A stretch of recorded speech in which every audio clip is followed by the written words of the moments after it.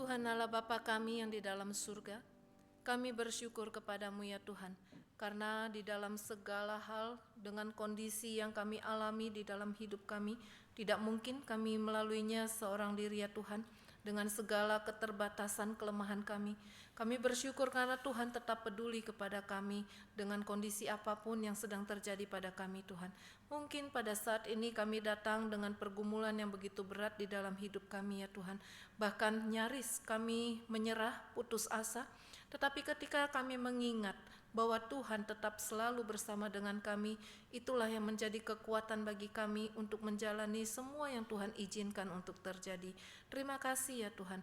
Terima kasih ketika hari ini kami boleh bersama-sama kembali mempunyai satu kesempatan untuk merenungkan bagian dari firman Tuhan.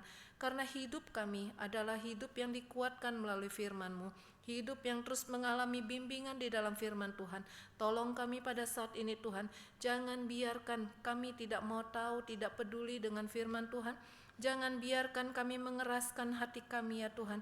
Kalau Tuhan ingin menyentuh hati kami, kalau Tuhan ingin berbicara kepada setiap kami, biarlah kami boleh diberikan kepekaan. Roh Kudus sendiri yang akan menolong kami membuka hati dan pikiran kami, sehingga ketika firman Tuhan diperdengarkan kepada kami pun boleh mengalami perubahan di dalam hidup kami. Ada sesuatu Tuhan yang kami boleh alami bersama dengan Tuhan.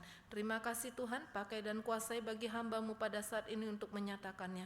Kami menyerahkan waktu ini hanya ke dalam pimpinan tangan Tuhan. Di dalam nama Tuhan kami Yesus kami sudah berdoa. Amin. Silakan duduk. Mari Bapak Ibu, saya mengajak kita sekalian membuka Alkitab kita dari Lukas pasalnya yang ke-12. Lukas 12 ayat yang ke-22 sampai ayat yang ke-31. Lukas 12 ayat 22 sampai ayat yang ke-31. Kita akan membacakan secara silih berganti. Saya mengajak kita sekalian membaca secara bertangkapan.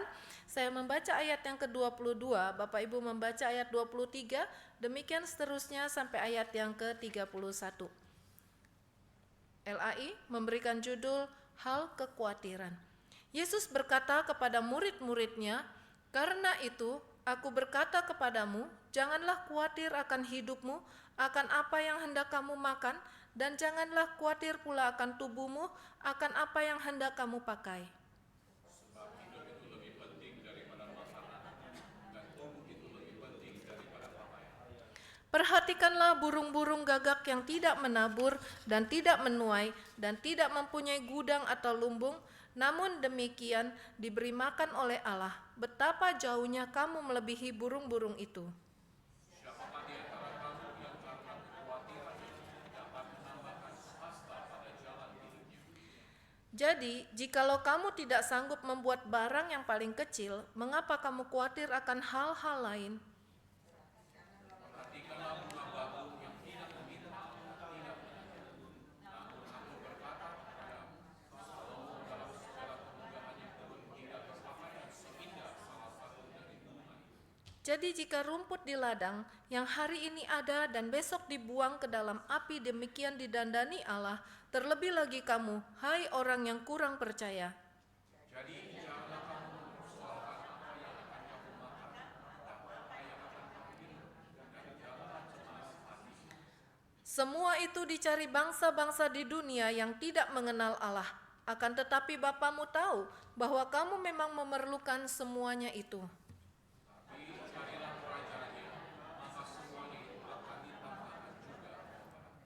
Ya, demikian pembacaan firman Tuhan kita. Bapak Ibu yang dikasihi oleh Tuhan, hari ini kita akan bersama-sama merenungkan satu tema, ya, jangan kamu khawatir. Apakah hari ini kita datang dengan hati yang penuh khawatir? Enggak ya? Enggak. Ya, tetapi mungkin di antara kita ada yang sedang memikirkan sesuatu yang menyebabkan kadang ada rasa cemas, ada rasa khawatir begitu ya. Kalau kita kilas balik mengingat ya, kita coba merenungkan sejak terjadinya pandemi Covid dan ke sini, apakah ada suatu perbedaan di dalam menjalani hidup sebelum Covid dan sesudah Covid? Saudara, ketika saya merenungkan begitu ya, rasa-rasanya ketika sebelum COVID, situasi yang kita hadapi itu jauh lebih mudah dibanding dengan sekarang, ya. Kalau sekarang itu segala yang terjadi itu bisa menyebabkan ada muncul rasa takut, rasa cemas seperti itu, ya. Sekarang semakin ke sini semakin bermacam-macam hal-hal yang bisa membuat kita sangat memikirkannya, ya. Nah, Saudara, kalau ditanyakan pernahkah kita khawatir gitu, ya. Nah, Saudara, waktu kita merenungkan apa sih yang kita khawatirkan, biasanya kita berada di dalam satu dimensi waktu, ya. Saudara, kalau kita mengingat waktu itu di dalam masa lalu, biasanya kita nggak akan merasa khawatir dengan apa yang sudah terjadi, bukan? Ya, itu sudah lewat, sudah terjadi. Paling-paling tinggal kita sesali kenapa begini, kenapa begitu. Lalu ketika kita coba berpikir kita sedang berada di masa sekarang, ya, masa yang kita sedang jalani ini, ya, Saudara, biasanya ya sudah kita jalani, tetapi waktu kita memikirkan masa yang akan datang atau masa depan, Saudara, adakah di antara kita yang tahu apa yang akan terjadi di masa yang akan datang? Tentu tidak, ya. Ketika kita tidak mengetahui apa yang akan terjadi di masa yang akan datang, seringkali hal-hal yang seperti inilah yang menimbulkan kekhawatiran, ya. Karena manusia seringkali pingin tahu apa yang akan terjadi. Kalau segala sesuatunya bisa diatur, segala sesuatunya bisa dipersiapkan dengan baik, mungkin itu tidak akan menyebabkan kita khawatir. Tetapi seringkali yang terjadi adalah hal-hal yang terjadi itu tidak selalu selamanya bisa kita kendalikan, bisa kita kuasai. Ya, bahkan terlalu banyak hal-hal yang jauh yang tidak bisa kita kuasai. Nah, Saudara, ada sesuatu yang mengejutkan begitu ya ketika terjadi pemeriksaan cek kesehatan gratis, ya, yang dimana pada bulan Maret tahun ini, Saudara, ya, Menteri Kesehatan mengatakan ditemukan suatu hasil, ya, bahwa dikatakan ada sekitar dari 7 juta anak, ya, yang dilakukan pemeriksaan gratis begitu, terdeteksi 4,4% atau jumlahnya 338.316 anak mengalami yang namanya gejala anxiety, ya, gejala cemas. Ini bukan satu hal yang sedikit, Saudara, ya. Anak-anak mengalami seperti ini, ya. Kalau kita memikirkan dulu yang namanya anak-anak itu hidup di dalam masa-masa yang sangat menyenangkan, ya, main, ketemu teman, enggak ada beban, ya. Kalau kita bayangkan dulu waktu kita masih kecil begitu ya, beban kita itu paling cuma masalah pelajaran, ya, berteman, hanya sampai di sana. Pelajaran pun enggak seberat anak-anak sekarang, ya. Tetapi luar biasa ditemukan data seperti ini, dan untuk orang dewasa dan lansia yang mengalami gangguan anxiety ini sejumlah 153.903 orang. Jadi kalau kita lihat persentasinya banyakkan anak-anak atau orang dewasa, Saudara. Kalau kita lihat dari data ini, ternyata anak-anak lebih banyak mengalami gangguan kecemasan, ya. Ini luar biasa, ya. Apa yang menyebabkan seperti ini? Situasi dunia yang sekarang sedang terjadi itu tidak memberikan rasa aman ataupun nyaman. Mungkin apa yang menjadi tuntutan orang tua pada masa ini pun bisa menyebabkan anak mengalami gejala anxiety. Ya, tuntutan akademis di sekolah, pertemanan pada masa sekarang, semua itu dapat menyebabkan sesuatu yang membuat mereka mengalami anxiety, ya. Seorang yang bernama Dr. Charles Mayo yang mengatakan kekhawatiran itu mempengaruhi peredaran darah dan seluruh sistem saraf, ya. Bayangkan, Saudara, ya, kekhawatiran, kalau kita sedang mengalami khawatir, itu mempengaruhi peredaran darah kita, ya, dan seluruh sistem saraf kita. Dan dia mengatakan, aku tidak pernah melihat orang mati karena bekerja terlalu keras. Nggak apa-apa, saudara mau kerja keras nggak apa-apa, ya, nggak akan mati. Tetapi dia katakan banyak orang yang mati karena keraguan atau kekhawatiran. Saudara mau kerja keras atau mau khawatir? Jadi kalau kita masih bisa kerja keras, itu satu hal yang boleh kita syukuri, ya, satu berkat yang boleh kita terima, ya.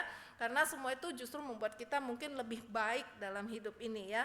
Dr. Mayo juga mengatakan Dia mengatakan ibaratnya kekhawatiran itu seperti kursi goyang. Bapak Ibu pernah lihat kursi goyang ya? Gambarannya kurang lebih seperti ini. Kok zaman dulu orang tua itu suka sekali duduk di kursi goyang. Tapi kayaknya opa oma zaman sekarang enggak lagi ya. Udah enggak lagi mau duduk di kursi goyang ya. Kalau orang tua dulu itu suka diduduk di kursi goyang. Tapi banyak bergerak, goyang gitu ya, beraktivitas seperti itu. Kursinya pindah tempat enggak? Orangnya pindah tempat enggak? Enggak, ya, tetap di situ. Nah, Dokter Mayu mengatakan bahwa kekhawatiran itu seperti kursi goyang, ya. Kita terus khawatir, kita terus bergerak seperti itu, tetapi tidak membawa kita kemana-mana, tetap di tempat seperti itu. Ya, ada satu lagi ilustrasi yang sangat humoris begitu ya, Bapak Ibu ya.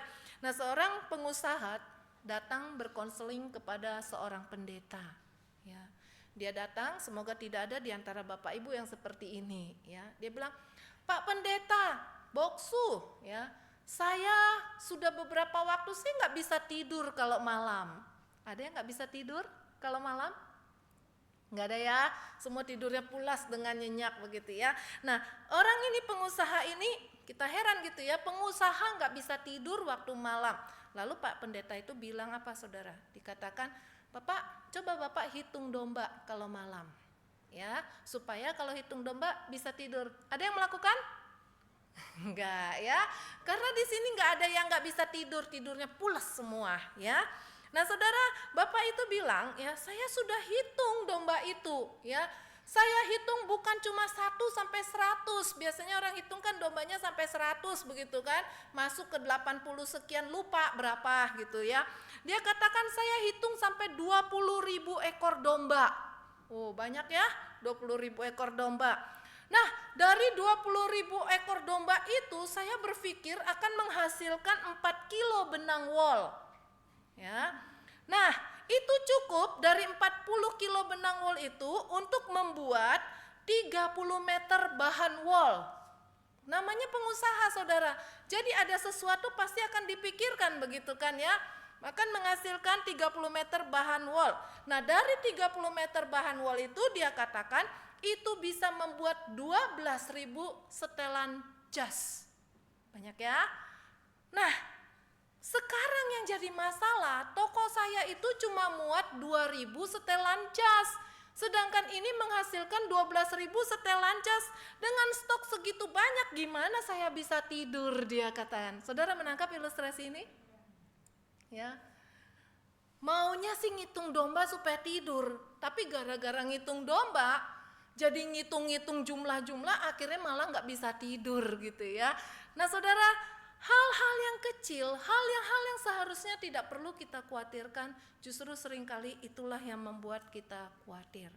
Di bagian Injil Lukas pasal 12 yang tadi sudah kita bacakan dengan paralelnya di Matius 6 yang tadi juga sudah kita bacakan dalam bertanggapan. Saudara, hal yang pertama, Yesus melarang kita untuk khawatir. Ya. Saudara, bentuk larangan Yesus ini diberikan Yesus kalau kita bandingkan ke Injil Lukas, ke Injil Matius, itu dinyatakan di dalam rangkaian khotbah di bukit. Ya, khotbah di bukit itu di depan banyak orang bukan? Tetapi Injil Lukas menyoroti secara langsung itu tidak Yesus sampaikan kepada banyak orang di bukit. Ya, audiens di khotbah di bukit pada waktu itu. Tapi Lukas secara khusus mengatakan Yesus berkata kepada murid-muridnya. Ya, jadi ada saatnya Yesus ketika berkhotbah di bukit, waktu itu dia sampaikan topik itu kepada banyak orang, tetapi ada bagian-bagian secara khusus itu diberikan kepada murid-muridnya. Ya. Tentang hal kekhawatiran ini, secara khusus Yesus sampaikan kepada murid-muridnya dan kepada kita orang percaya. Itu tidak Yesus sampaikan kepada semua audiens. Kenapa saudara? Nanti kita akan melihat lebih lanjut hal ini. Waktu saya melihat memperhatikan tentang konteks dari kedua Injil ini, ya, ternyata mempunyai kemiripan saudara. Di Injil Lukas ini, kisah ini diberikan, ya, perkataan Yesus ini diberikan setelah Yesus berbicara tentang orang kaya yang bodoh, ya. Orang kaya yang begitu diberkati, ya, tetapi dia mau membangun lebih banyak lagi lumbung untuk lebih memperkaya dirinya. yang pada akhirnya dikatakan malam ini juga kamu akan meninggal begitu ya. Kemana lagi gitu kan, buat apa begitu ya.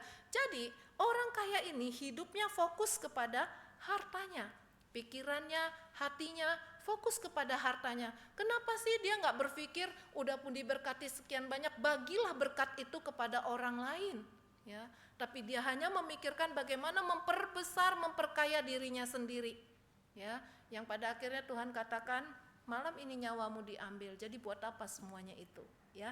Jadi kalau kita lihat di Injil Lukas, konteksnya ketika Yesus berbicara tentang orang yang pikirannya dan hatinya itu hanya pada harta.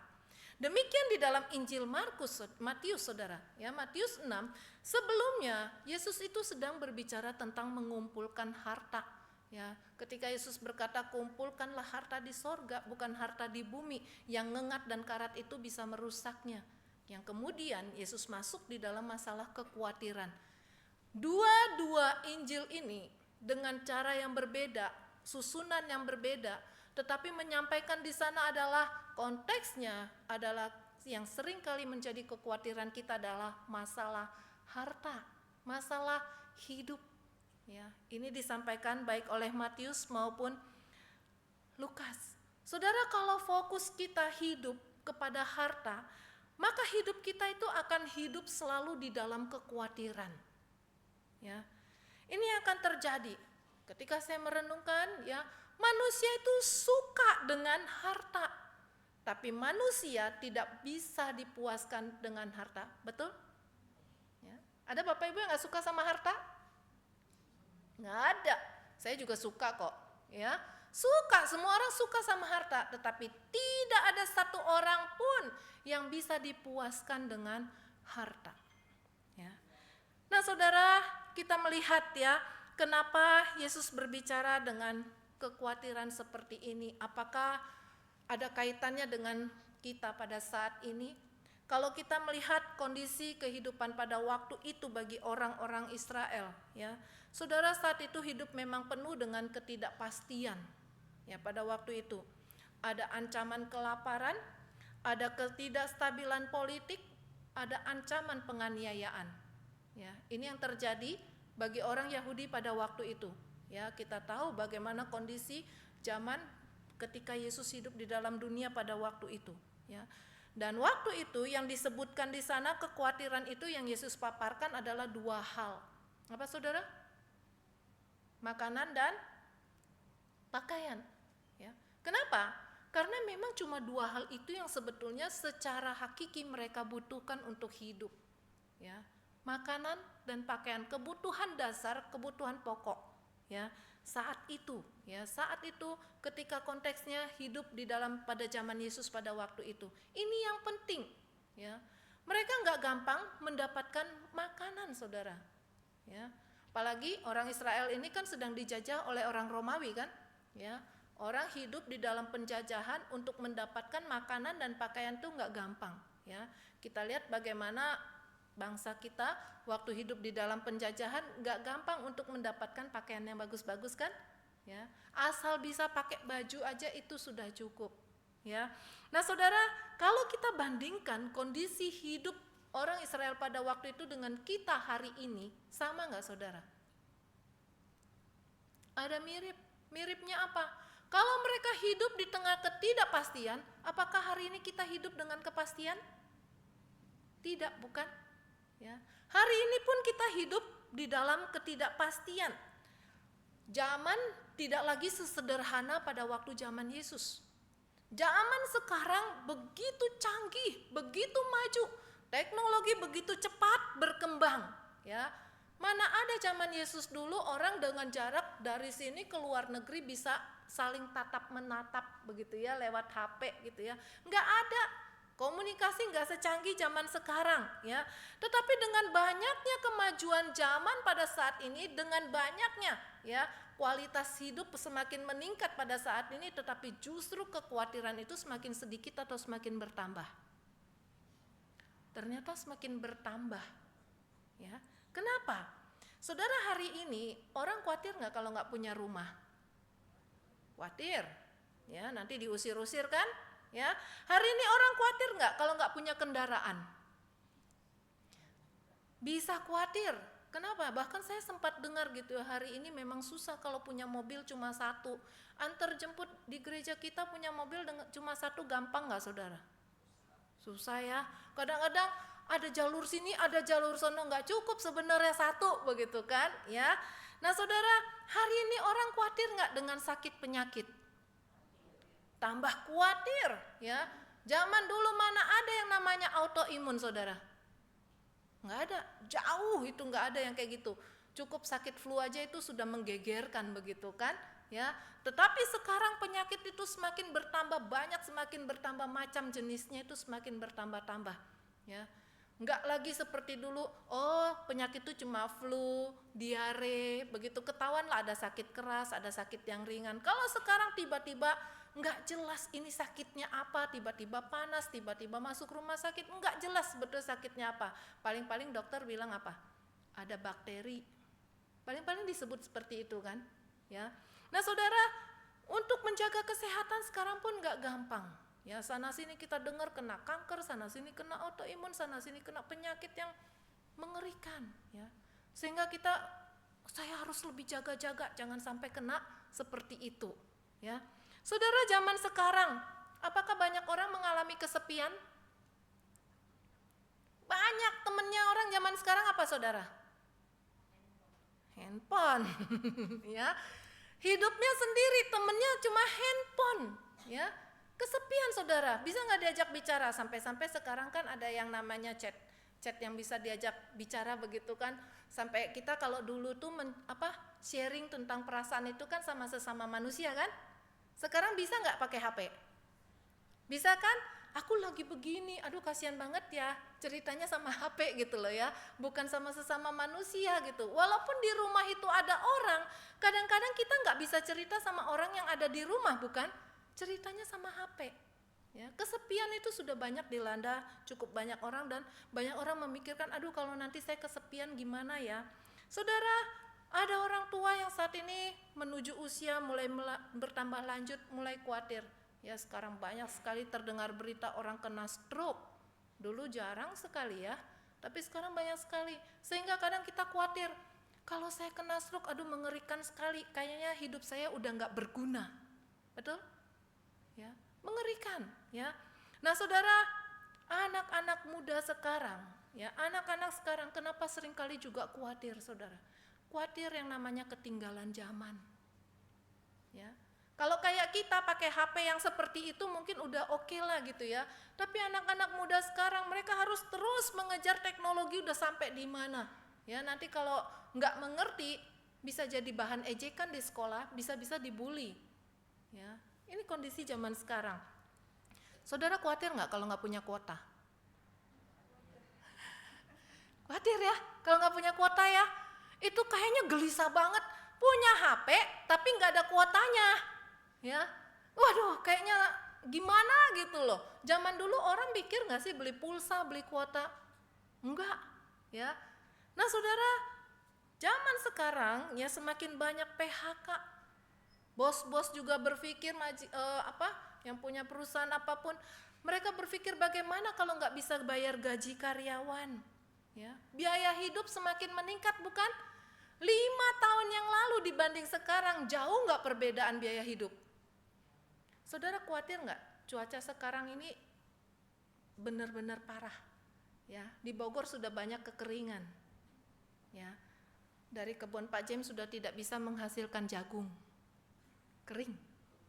Ya, saudara kalau ini terus berlanjut sampai musim hujan pun tidak bisa hujan, saudara khawatir? Saya bayangkan apa yang akan terjadi kalau Tuhan izinkan seperti zaman Elia 3,5 tahun nggak dikasih hujan. Ini belum sampai setahun orang sudah teriak itu Katulampa 0, ya, udah nggak ada air. Bogor udah kering begitu kan, air Ciliwung itu kosong, ya. Bagaimana ceritanya gitu loh, ya kalau sampai tempat-tempat yang biasa untuk menanam sayur-sayuran semua kosong. Tadi pagi Bu Aiten bilang sayuran sekarang mahal, ya karena kering, ya nggak bisa menanam. Saudara, enggak tahu apa yang akan terjadi ya, biaya hidup akan semakin meningkat. Ya, orang kerja bagaimana kalau nggak bisa capai target? Ini semua dapat menyebabkan kekhawatiran, ya. Bukan cuma makan dan pakaian saja. Semakin kesini yang namanya kekhawatiran itu penyebabnya semakin banyak, ya. Manusianya kondisinya ya seperti ini dari zaman dulu sampai sekarang. Tetapi sekarang kekhawatiran semakin banyak, kira-kira bebannya tuh semakin berat enggak? Ya, semakin rasanya mengerikan saudara ya. Saudara, kalau kita melihat kata khawatir itu sendiri, Kamus Besar Bahasa Indonesia mengatakan itu adalah takut yang mempunyai arti cemas, gelisah, ya khawatir itu ya, terhadap sesuatu yang belum diketahui dengan pasti. Ya, kalau udah pasti, udah tahu, oh nanti akan terjadi begitu, ya kita nggak khawatir lagi. Kalau kita tahu bulan September nanti pasti akan ada hujan, hari ini enggak banyak orang khawatir ada hujan atau enggak, ya musim kering akan berlanjut, akan terus atau tidak, ya. Nah saudara, di dalam bahasa Yunaninya sendiri, merimnao, ya dapat diterjemahkan dengan khawatir atau cemas, ya. Nah saudara, kekhawatiran ini ya bentuknya adalah bukan sekedar khawatirnya dikit gitu ya, tetapi khawatir yang benar-benar menggelisahkan, yang sampai-sampai nggak bisa bikin tidur. Yang Yesus katakan jangan kamu khawatir yang seperti itu. Khawatir yang sampai menggelisahkan, yang sampai mengganggu masalah tidur. Ya, saudara, kenapa Yesus melarang kita untuk khawatir? Kekhawatiran membuat kita itu tidak bisa menghargai hidup yang Tuhan berikan. Ya, membuat kita, ya kita lihat di ayat 23, pada akhirnya itu salah prioritas dalam hidup. Karena apa? Karena begitu khawatir, prioritas kita itu hanyalah masalah materi, makan, minum, pakaian, ya hal-hal yang bersifat materi atau fisik saja, yang bersifat fana, itu yang terus menjadi fokus kita. Ya. Kekhawatiran membuat kita salah fokus. Ya. Saudara, Tuhan menciptakan kita bukan untuk hidup di dalam kekhawatiran, tetapi Tuhan menciptakan kita ya untuk kita bisa menikmati hidup yang Tuhan berikan. Inilah dilarang ya. Kekhawatiran itu adalah suatu larangan yang tidak boleh kita lakukan. Ya namanya juga dilarang, jangan, kan dilarang ya. Yang kedua yang mau kita lihat adalah saat khawatir, perhatikanlah pemeliharaan Tuhan. Ya. Saudara, 2 kali di dalam perikop ini, di dalam ayat 24 dan 27 dipakai kata perhatikanlah. Ketika menyebutkan kata perhatikanlah, ya biasanya seringkali kalau namanya mengamati, memperhatikan, itu bahasa Inggris yang dipakai seringkali observe gitu ya. Tetapi yang dipakai di sini adalah consider, ya bukan cuma melihat, mengamati, oh iya begitu sudah gitu ya. Kalau mengamati kan begitu kan, dari amati, mengamati mic ini mic ini warnanya hitam, di sininya bulat, ini ada gagangnya panjang, oh ya sudah tahu gitu kan hasil pengamatan kita, ya. Tetapi ketika dikatakan perhatikanlah di sini consider, itu bukan sekedar seperti itu, melihat seperti itu, tetapi memikirkan, yang kemudian merenungkan apa yang sudah kita lihat itu. Ya. Lebih dalam lagi kata yang dipakai ini, ya, memikirkan, merenungkan tentang objek yang Tuhan suruh untuk perhatikan. Ada 2 objek yang Tuhan pakai. Karena Tuhan di sini berbicara tentang makanan dan pakaian, sehingga dipakai 2 objek ini untuk mewakili. Yang pertama, ketika bicara tentang makanan, Tuhan Yesus mengatakan perhatikanlah burung-burung gagak. Injil Matius hanya menyebut burung-burung di udara, tapi secara spesifik Lukas menyebutkan itu adalah burung-burung gagak. Ya, saudara, apa yang menarik dari burung-burung gagak ini? Bahkan bagi orang Yahudi pun burung gagak ini adalah burung salah satu yang haram untuk dimakan. Ya, di dalam Imamat 11 ayat yang ke-15. Burung gagak itu tidak boleh dimakan. Burung yang najis. Kenapa? Mungkin dikarenakan burung ini salah satu makanannya itu adalah pemakan bangkai.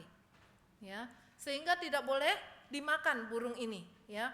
Dan secara fisik kalau kita lihat, ya, ada yang menarik gak saudara dari burung gagak? Kalau burung cendrawasih, burung merak, itu kalau kita perhatikan sih oke lah ya, bagus begitu kan. Tapi burung gagak itu nggak ada yang menarik, hitam, pekat, kelam begitu kan, nggak ada yang menarik ya. Dan dari suaranya merdu nggak burung gagak? Kak, kak, gitu kan bunyinya ya, kenceng seperti itu. Kalau ada dengar bunyi gagak malam-malam, ada mitosnya apa saudara? Ada yang mati ya. Mitosnya dipercayakan itu, kalau ada yang tidur bangunin supaya nggak diambil sama gagak. Gagak emang pembawa kematian begitu kan ya. Suruh dibangunin supaya jangan ada yang mati. Identiknya gagak itu hal-hal yang buruk.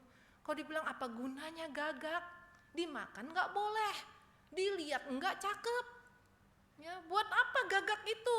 Tapi satu hal Tuhan katakan, burung gagak itu ya, ketika dibandingkan dengan petani itu bekerja ya, dikatakan di sana ya. Karena di sana dikatakan gagak tidak menabur, tidak menuai ya. Itu pekerjaan petani kan, tidak punya gudang, tidak punya lumbung, dibandingkan dengan orang kaya itu yang punya gudang, petani semakin banyak hasilnya, semakin banyak bikin lumbungnya digedein gitu kan. Gagak nggak punya semua itu. Ya nggak ada yang menarik, kayaknya nggak ada gunanya. Tapi burung yang nggak menarik, burung yang kelihatannya nggak ada guna ini, Yesus katakan ya, Tuhan pelihara ya. Tuhan rawat, dia nggak pernah kekurangan makan. Ada nggak saudara melihat gagak lagi lesu, tanya gagak kenapa gagak, aku nggak punya makan? Ada nggak gagak begitu? Nggak ada ya saudara. Burung yang seperti ini, burung yang bukan peliharaan, ada orangkah yang mau memelihara burung gagak? Nggak ada ya. Nggak terawat oleh manusia, nggak terurus oleh manusia, tapi Tuhanlah pemeliharanya ya. Nggak mengandalkan manusia ya. Yang kedua, tentang pakaian ya, burung gagak itu selalu diberi makan oleh Tuhan ya. Nah, tentang pakaian, saudara dikatakan perhatikanlah bunga bakung, ayat 27 ya. Di sini di dalam ayat Matius 6 ayat 28 dikatakan bunga bakung itu ada di ladang, bunga-bunga di ladang begitu ya, bunga bakung di ladang. Saudara lihat di sini ya, saya mengamati di sini ya, bunga bakung ini bukan ditaruh bunga yang ada di kebun, tapi ada di ladang. Bedanya apa saudara? Itu. Kalau bunga di kebun itu dirawat, dipotongin, ya yang jelek-jeleknya dibuangin. Bunga bakung di ladang, siapa yang peduli? Ya, apalagi dikatakan bunga itu sebentar ada, hari ini ada, besok udah nggak ada, sehari doang umurnya. Tapi melihat latar belakang ditafsirkan, ya bunga bakung ini adalah seperti bunga popi, ya, yang tumbuh di daerah perbukitan Palestina pada waktu musim semi, ya, dan bunga ini cantik-cantik sehingga ditafsirkan kemungkinan pada waktu Yesus menyampaikan khotbah di bukit ini sedang terjadi, bunga itu sedang mekar seperti itu ya. Jadi waktu Yesus berkata perhatikanlah bunga di ladang, bunga bakung di ladang ya, bunga yang nggak terawat, bunga nggak ada yang ngurusin, tetapi mereka tuh terlihat indah ya, terlihat cantik ya. Penampilan mereka begitu bagus dibandingkan kemudian dengan Salomo, ya kalah Salomo ya. Orang kalau umurnya cuma 1 hari doang, orang mau nggak membuat itu dipelihara ya, seperti itu diurusin? Enggak, karena cuma 1 hari buat apa ya, nggak ada gunanya ya, nilainya kecil karena cuma 1 hari doang, habis itu layu. Tetapi bunga yang seperti ini pun Tuhan peliharakan ya. Bunga bakung ini dibandingkan dengan pengrajin yang tidak memintal, menenun begitu ya, tetapi bunga ini ya tidak menghasilkan kain atau apapun, tapi mereka bisa didandani dengan cantik oleh Tuhan. Tuhan yang pelihara, baik burung gagak maupun bunga bakung ya, Tuhan yang pelihara. Saudara, disinilah Tuhan Yesus ingin menyadarkan baik murid-muridnya pada waktu itu maupun kita pada hari ini ya, dengan memperlihatkan suatu fakta, kenyataan yang di depan mata, bukti yang tidak terbantahkan. Siapa yang bisa menyangkal hal ini ya, bahwa semua itu terjadi karena pemeliharaan Tuhan. Saudara, kita lebih berharga daripada burung gagak ataupun bunga bakung. Kalau kedua perwakilan ini begitu dipelihara oleh Tuhan, apalagi kita ya yang memiliki nyawa yang begitu berharga di mata Tuhan. Tuhan katakan kita ini seperti biji mata Tuhan. Kita ini begitu berharga di depan biji mata Tuhan ya. Nah saudara, Tuhan pasti memelihara kita. Tuhan pasti menyediakan apa yang kita perlukan. Sehingga kalau kita lagi khawatir ya, perhatikanlah pemeliharaan Tuhan melalui alam yang kita saksikan pada saat ini. Nah saudara, yang kemudian juga dikatakan saat khawatir ingatlah ya. Yang pertama saudara, di dalam ayat ke-25 ya, dikatakan karena kekhawatirannya siapa yang dapat menambahkan sehasta pada jalan hidupnya. Maksudnya apa? Khawatir itu tidak menghasilkan apa-apa. Ya kayak duduk di kursi goyang, beraktivitas tapi tidak menghasilkan apa-apa ya. Sehasta itu segimana saudara? Nih, dari sini sampai ujung jari tengah. Kita semua ujung jari tengah yang paling panjang ya, dari kelima jari kita. Ya. Nah, dari nih siku sini sampai ke ujung jari tengah itu sehasta. Ya. Enggak panjang ya, atau hampir setengah meter begitu ya. Nah, kata-kata sehasta ini biasanya itu dikaitkan dengan tinggi badan seseorang ataupun juga dengan hari yang menyangkut umur hidup seseorang. Boleh dikata di sini, apakah dengan khawatir kita bisa memperpanjang umur kita? Tidak, bukan. Bahkan khawatir itu bisa memperpendek umur ya. Gara-gara khawatir sakit jantung, gara-gara khawatir sakit lambung, GERD. Ya, bisa kemungkinan akan memperpendek umur kita ya. Nah saudara, yang kedua, khawatir di dalam ayat 28 dan 30 itu sama dengan kurang percaya. Saudara, khawatir itu dosa loh ya. Khawatir itu nggak boleh ya. Jadi seharusnya kita tidak perlu khawatir. Yesus katakan, hai orang yang kurang percaya, orang yang khawatir ya. Nah saudara, di sini kalau kita lihat ayat 28 dan ayat 30, Yesus membandingkan orang yang percaya dengan orang yang tidak percaya ya. Sama-sama punya kebutuhan yang sama, bukan?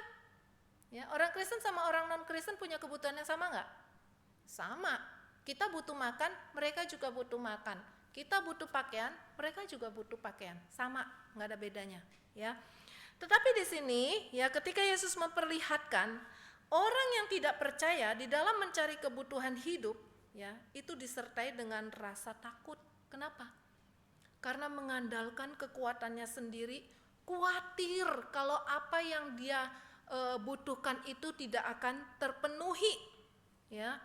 Kata mencari di sana yang dikatakan di dalam ayatnya yang ke-28, yaitu bangsa-bangsa yang tidak mengenal Allah ya, dicari bangsa-bangsa yang tidak mengenal Allah atau orang yang tidak percaya.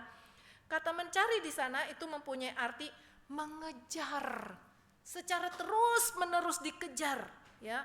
Dan pengejaran, usaha mencari pengejaran itu ya didorong dengan kecemasan dan kekhawatiran ya, mengejar dengan agresif, mengejar dengan cemas dan obsesif ya. Ini yang terjadi kata mencari di sana ya. Jadi boleh dikatakan dari katanya di sana, dari arti kata di sana, tujuan hidup bagi orang yang tidak percaya kepada Tuhan ya, ketika dia mencari kebutuhan itu adalah untuk, tujuan hidupnya adalah untuk kepuasan secara materi atau fisik. Itu yang dicari ya. Orang yang tidak kenal Tuhan menganggap bahwa ketika sudah memiliki segalanya, disitulah terjadi kepuasan. Oleh karena itu mereka beranggapan harus punya, harus ada, jangan sampai hilang, jangan sampai kurang ya. Nah saudara, orang yang percaya juga bekerja, juga mencari sama kebutuhannya ya, tetapi tidak disertai dengan khawatir, karena percaya, mempercayakan kepada Allah ya. Karena Yesus katakan apa? Bapamu tahu bahwa kamu memang memerlukan semuanya itu. Saudara, kalau kita nggak khawatir ya, kita akan seperti Daud yang mengatakan di dalam Mazmur 23 ayat yang pertama. Yuk kita sebutkan, 1, 2, 3. katakan kekurangan aku. Daud khawatir nggak di situ? Enggak. Itu suatu keyakinan kalau Tuhan adalah gembala kita, ya, kita pasti nggak akan kekurangan. Ya, saudara, orang percaya harus hidup dengan percaya pada pemeliharaan Tuhan. Banyak sekali contoh sejarah orang Israel selama mereka berada di padang gurun. Mereka begitu banyak. Pernahkah mereka mengalami kekurangan? Enggak. Mereka nggak pernah gitu ya, sampai nggak punya baju. Ya, mereka nggak pernah nggak punya sendal. Kadang kita pikir ya, dari mana mereka bisa punya sendal segitu banyak orang di padang gurun ya? Dari mana gitu loh? Ya, nggak ada toko yang jual sebanyak begitu juga kan, ratusan orang berjalan seperti itu. Ya, makanan tiap hari ada, mau daging ada, mau roti ada, enak. Ya, mereka nggak pernah kekurangan. Itu bukti pemeliharaan Tuhan. Sejarah orang Israel di padang gurun. Dulu Tuhan sudah melakukan itu. Sampai sekarang dan sampai kapanpun Tuhan tetap akan melakukan pemeliharaan terhadap umatnya. Saudara, yang ketiga, Yesus tidak memerintahkan kita untuk khawatir. Yesus tidak bilang, kamu hendaknya khawatir akan hidupmu, enggak. Tetapi yang Yesus perintahkan adalah supaya kita mencari kerajaannya. Di Matius ditambahkan dan kebenarannya. Kata mencari, orang dunia ya mencari kebutuhan hidup. Tetapi orang percaya mencari. Kata mencari di sini mempunyai arti terus menerus mencari. Tadi juga terus menerus mencari, tapi dengan obsesif. Ya, di sini juga mencari terus menerus, tetapi mencari di sini mengejar dengan iman dan ketaatan, dan apa yang ketika dalam proses mencari itu menjadi seperti gaya hidup yang harus terjadi di dalam diri anak-anak Tuhan. Ya, itu kata mencari di sana. Ya, saudara, yang dicari itu adalah kerajaannya, kedaulatan dan kekuasaan Tuhan dan kehendak Tuhan. Ini yang harus diprioritaskan. Ini yang harus diutamakan. Kalau kita sudah mengutamakan Tuhan terlebih dahulu dalam hidup kita, maka kita akan memperoleh damai dan sukacita. Tetapi waktu kita mengejar terlebih dahulu apa yang dicari oleh bangsa-bangsa di dunia, kebutuhan hidup, materi, maka yang timbul adalah kekhawatiran di dalam diri kita. Gak pernah ada yang namanya damai sejahtera dan sukacita. Walaupun punya segalanya, tetapi mukanya selalu tidak terlihat sukacita. Karena khawatir. Khawatir apa? Nanti kalau hartanya, ya, kalau terjadi krisis taruh harta di bank, salah. Khawatir. Orang waktu emas mulai naik kejar-kejar emas kan, beli emas kan, ya, LM sampai waktu itu 3 juta lebih buru-buru dibeli. Saya bayangkan gitu ya, berapa banyak kerugian yang sekarang terjadi. LM 3 juta sekarang harganya berapa, saudara? Tinggal 2 juta lebih ya. Itu ruginya berapa banyak, karena wah, itulah bangsa-bangsa cari gitu kan, kejar terus naik gitu kan, mencari kepuasan hidup, mencari keuntungan. Ya. Tapi yang terjadi adalah kerugian. Sekarang khawatir, mau bayar sekolah katanya nggak bisa. Karena apa? Jual LM yang sudah dibeli dengan harga sekian, jatuh harganya. Jatuhnya terjun payung itu. Ya, saudara, mari kita melihat, ya, supaya kita di dalam dunia ini, kalau kita sudah mengutamakan Tuhan, janji Tuhan itu diberikan. Ya, Tuhan katakan di dalam ayat yang ke-30, semuanya itu akan ditambahkan. Apa semuanya itu? Yaitu yang dicari oleh bangsa-bangsa yang gak kenal Tuhan. Semua kebutuhan hidup kita, apa yang kita rindukan, kita miliki, semua itu akan ditambahkan, ya, kalau kita sudah terlebih dahulu mengutamakan Tuhan dalam hidup kita. Ya. Saudara, masihkah hari ini kita khawatir? Khawatir kalau harta kita hilang? Khawatir kalau harta kita berkurang? Nggak usah ngomong hilang dulu deh, habis, nggak usah ngomong habis. Berkurang sedikit pun mungkin kita khawatir. Ya, khawatir. Banyak orang khawatir. Tetapi ketika kita sudah mengutamakan Tuhan, pegang janji Tuhan. Ya, Tuhan gak akan bohong sama kita. Ya. Kalau kita hari Minggu pun masih mengutamakan keinginan kita, ya, mengutamakan untuk bekerja, cari untung lebih banyak karena lebih rame, Hari Minggu pun kita masih mengutamakan untuk kepentingan kepuasan berjalan-jalan, ya, dengan orang-orang yang kita kasihi, kita nggak cari Tuhan. Saudara, apa bedanya kita dengan orang yang tidak percaya? Ya. Bagi orang yang percaya, Tuhan katakan, carilah dulu kerajaan Allah. Itu utamakan, cari Tuhan lebih utama. Nanti semuanya itu akan ditambahkan kepada kita. Ya, kita nggak perlu takut bahwa kita akan mengalami kekurangan gara-gara hari Minggu kita nggak datang. Ya. Saudara, satu sharing yang sering kali saya sampaikan adalah ketika ada seorang, ya, anak Tuhan buka toko, nggak berani kasih persepuluhan. Ya. Lalu pendetanya bilang apa? Coba kamu belajar kasih persepuluhan, lihat bagaimana Tuhan memelihara. Saudara, dia belajar, waktu itu dia belajar untuk kasih persepuluhan, karena dia dagang, persepuluhannya nggak menentu begitu kan. Hari ini dapat dari ininya berapa, dia sisihkan setiap hari, dia taruh di kaleng begitu ya. Nah, setiap bulan baru dia bawa ke gereja. Saudara, ternyata dia katakan apa yang diajarkan itu betul. Tuhan nggak berhutang. Hari ini dilihat dengan kondisinya waktu itu, wow, Tuhan sudah banyak memberkati sekali, anak-anaknya sukses, rumahnya bukan lagi satu, bertambah-tambah, ya, Tuhan berkati, ya. Banyak orang khawatir nggak berani kasih persepuluhan, kalau sedikit dari 100.000 ya sedikit begitu ya, tapi kalau udah jutaan semakin banyak semakin takut nanti nggak cukup, biaya hidup sehari-hari aja udah nggak cukup, apalagi harus kasih persepuluhan, ya. Apalagi zaman sekarang sedang krisis, ya, ekonomi susah, boro-boro mau kasih persepuluhan.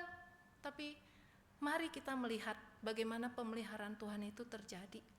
Orang yang setia di dalam Tuhan, orang yang mengutamakan Tuhan, Tuhan gak akan pernah biarkan dalam kekurangan. Ini ujian iman, ya. Mari kita belajar untuk kita tidak lagi khawatir dalam hidup kita. Semua itu hanya akan membuat kita lemah, tapi kita belajar melihat kepada pemeliharaan Tuhan terhadap alam yang nyata di depan mata kita, belajar untuk lebih menaruh iman kita kepada Tuhan dengan mengutamakan Tuhan dalam hidup kita. Mari Bapak Ibu, saya ajak kita sekalian merenungkan tentang kehidupan kita, ya. Apakah saat ini hidup kita penuh dengan kekhawatiran? Pikirkanlah, perhatikanlah apa yang kita lihat di alam ini sebagai pemeliharaan Tuhan. Beranikah kita menyerahkan sepenuhnya hidup kita untuk percaya sepenuhnya kepada Tuhan dan mengutamakan Tuhan dalam hidup kita? Contoh Sumi akan menyanyikan sebuah lagu yang akan kita renungkan bersama-sama.